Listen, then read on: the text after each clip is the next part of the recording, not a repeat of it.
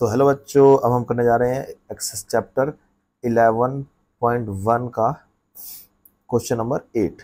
तो इसमें क्या दिया हुआ है, एक horse is tied in the peg of all one corner of A square grass field at the side 15 centimetre. जो जो जो हमें ये इमेज दी हुई है, फिगर दिया हुआ है, उसमें क्या दिया हुआ है कि ये जो एक रेक्टेंगुल स्क्वायर स्क्वायर फील्ड है जिसकी साइड्स 15 15 15 और 15 दे रखी है, उसमें क्या है, एक कॉर्नर पे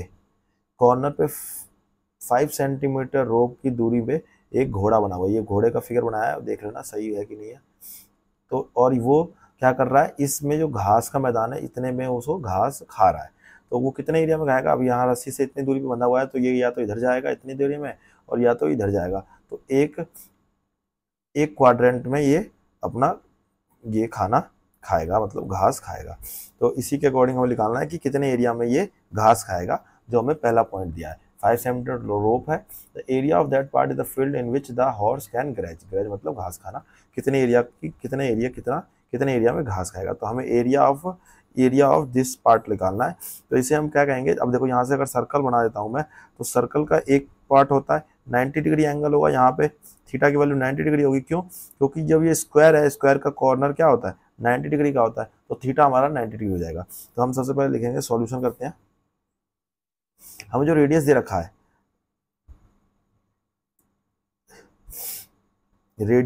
वो क्या दे रखा है, 5 मीटर। 5 मीटर ये किसके बराबर होगा, रोप के बराबर होगा। ठीक है, 5 मीटर दे रखा है। थीटा की वैल्यू दे रखी है 90 डिग्री। 90 डिग्री इसलिए दे रखी है है क्योंकि ये किसका है, स्क्वायर का कॉर्नर है। स्क्वायर के सारे सारे एंगल जो होते हैं क्या वो 90 डिग्री होते हैं, तो किसी भी कॉर्नर में होता है तो थीटा की वैल्यू 90 डिग्री होती है। तो अब हम लिख लेते हैं कि जो हॉर्स है वो कितनी घास, कितने एरिया की घास खाएगा। तो लिख देते हैं area of field horse graze. तो हमें माइनर सेक्टर का फॉर्मूला लगाना है। तो माइनर सेक्टर का फॉर्मूला लगाने के लिए सिंपल सा है, माइनर सेक्टर का फॉर्मूला लगा देते हैं हम। थीटा अपॉन 360 डिग्री मल्टीप्लाई में पाई आर स्क्वायर। थीटा की वैल्यू क्या है, थीटा की वैल्यू दे रखी है हमें 90 डिग्री, दी नहीं है, ये तो हमें पता है कि 90 डिग्री होगा। ठीक है, और 360 डिग्री हो गया। पाई की वैल्यू हमें कोई भी नहीं दी, तो हम पाई की वैल्यू 22/7 पुट कर देंगे। पाई की वैल्यू 22/7 पुट करते हैं, लेकिन 22/7 या 3.14 लिख देते हैं, 3.14 लेके चलते हैं। मल्टीप्लाई में आर स्क्वायर, आर क्या है हमारे पास, आर हमारे पास 5 है। मानो यहाँ से रस्सी है तो इस साइड जाएगी तो यहाँ पे ये 5 होगा, इधर भी 5 होगा, तो रेडियस जो है वो क्या है, 5 × 5 है। अब इसे कट करके देखते हैं। 9 के पहाड़े में 9 3 9 चौक 36, 4 पे कट गया ये, और 4 के पहाड़े में ये कट जाएगा हमारा।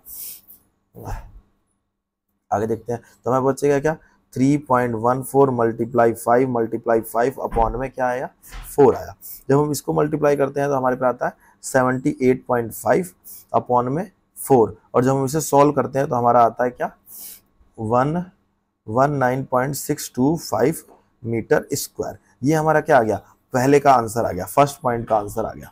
फर्स्ट पॉइंट क्या बोला था कि कितने एरिया पे हॉर्स ग्रेज करेगा, मतलब घास खाएगा। उसके बाद बोला गया है दूसरा पॉइंट क्या बोला गया है, the increasing of grazing area.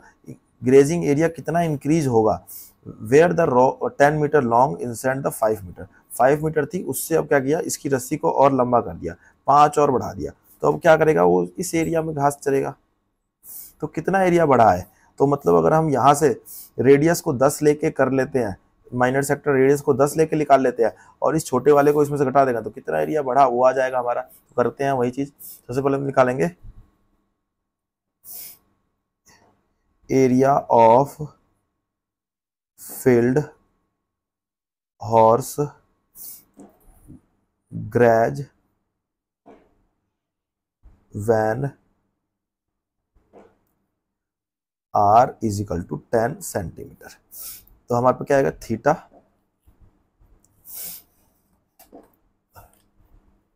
हमारे पे क्या जाएगा, theta 360 degree multiply pi R square.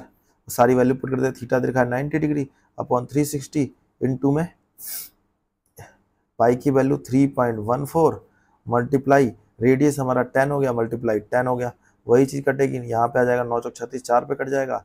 इसे आगे सॉल्व करेंगे, 4 पे कटेगा। इसे सॉल्व करते हैं तो हमारे पे आ जाएगा कितना, 4 दूनी 2 पे, 4 एकम 4, ये 5 पे और ये 5 पे कट गया। ठीक है, 5 पे कट गया। जब हम इसे सॉल्व करेंगे तो हमारे पे जो वैल्यू आएगी क्या आएगी, 78.5। वही सिंपल सा है, यहाँ पे क्या था, नीचे 4 बच रहा था और यहाँ पे नहीं बचा, इसको डिवाइड करते तो हमारा ये आता 75 मीटर स्क्वायर आ गया। ये क्या आ गया हमारा। अब ये जब 10 सेंटीमीटर 10 मीटर जब रोप है तो हमारा हॉर्स इतने एरिया को ग्रेज करेगा। तो क्या हुआ, एरिया इंक्रीज। हमें जो पता पूछ सेकंड पॉइंट में करना था क्या, कि कितना एरिया इंक्रीज हुआ है, तो लिखेंगे area increase is equal to small large